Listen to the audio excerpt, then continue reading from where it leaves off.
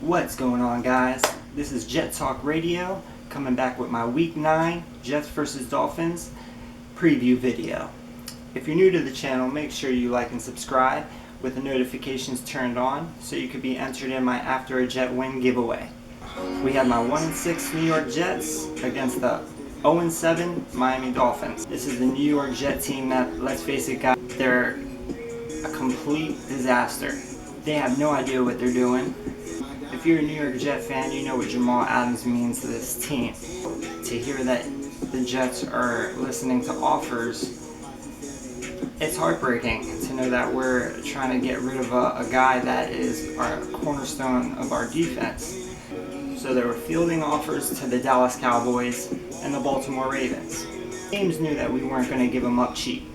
So when the report said we were looking for more than a first-round pick, the Ravens backed. Dallas calls us up. They said, we got a first-round pick. The Jets said, best safety in the league for a first-round pick. We need another first-rounder. So Dallas said, you know what, that's too much. So they backed out. So now we have Jamal Adams, frustrated and upset with our GM and our coach.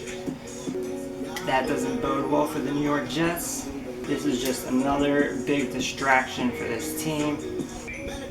So with that in mind, we got this 0-7 Miami team that is completely tanking. It's obvious that they're tanking, dealing Kenyon Drake away and picking up Aqib Talib, which is on injured reserve, mind you.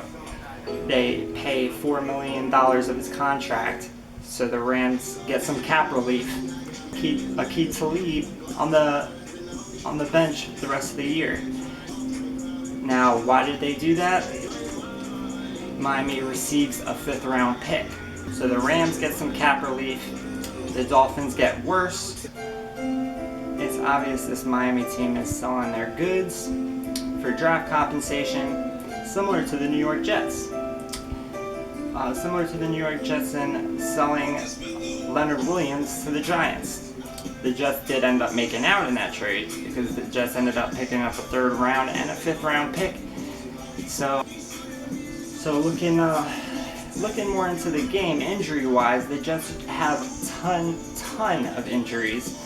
C.J. Mosley re-aggravated his groin last week, so he'll be out another 5 to 6 weeks, and possibly more. He could be out the remainder of the year, which personally, that's what I would do if I was the owner. You got a $57 million player, you signed him long term, so keep him on the sideline. You know this Jet team isn't making the playoffs.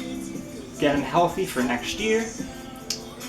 Sam Darnold also hurt himself last week against the Patriots. He'll be wearing a splint over his left thumb.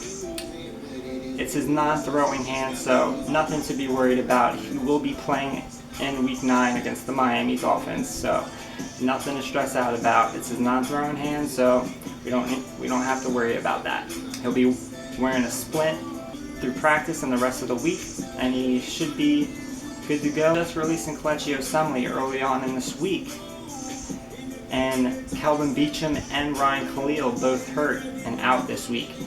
The Jets will be shuffling around some of their offensive line this week. Expect Jonathan Harrison to fill in for Ryan Khalil, Chuma Edoga on the right side, and Alex Lewis on the left side. Neville Hewitt is out with a neck injury, as well as Tremaine Johnson. Trenton Cannon is still dealing with his ankle injury, so he'll be out as well. A lot of injuries for this Jet team, but Miami isn't better. This Miami team is tanking. They're tanking to lose.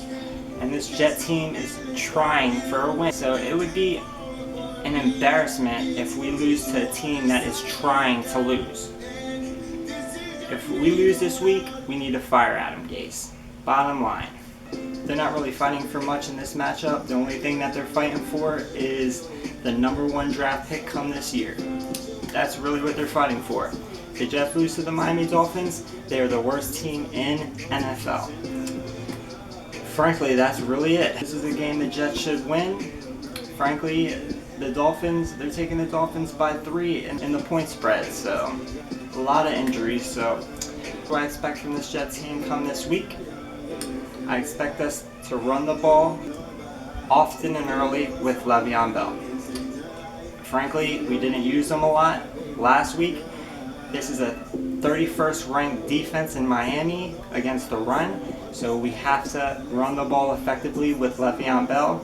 We have a second-year sophomore quarterback that's struggling. 7 interceptions, 9 sacks, and a couple fumbles lost in 2 weeks. In 2 weeks, guys, you just need to run the ball with Le'Veon Bell so Sam Darnold can get comfortable in the pocket, and look for Sam Darnold to get Robbie Anderson more involved. He has to get more involved.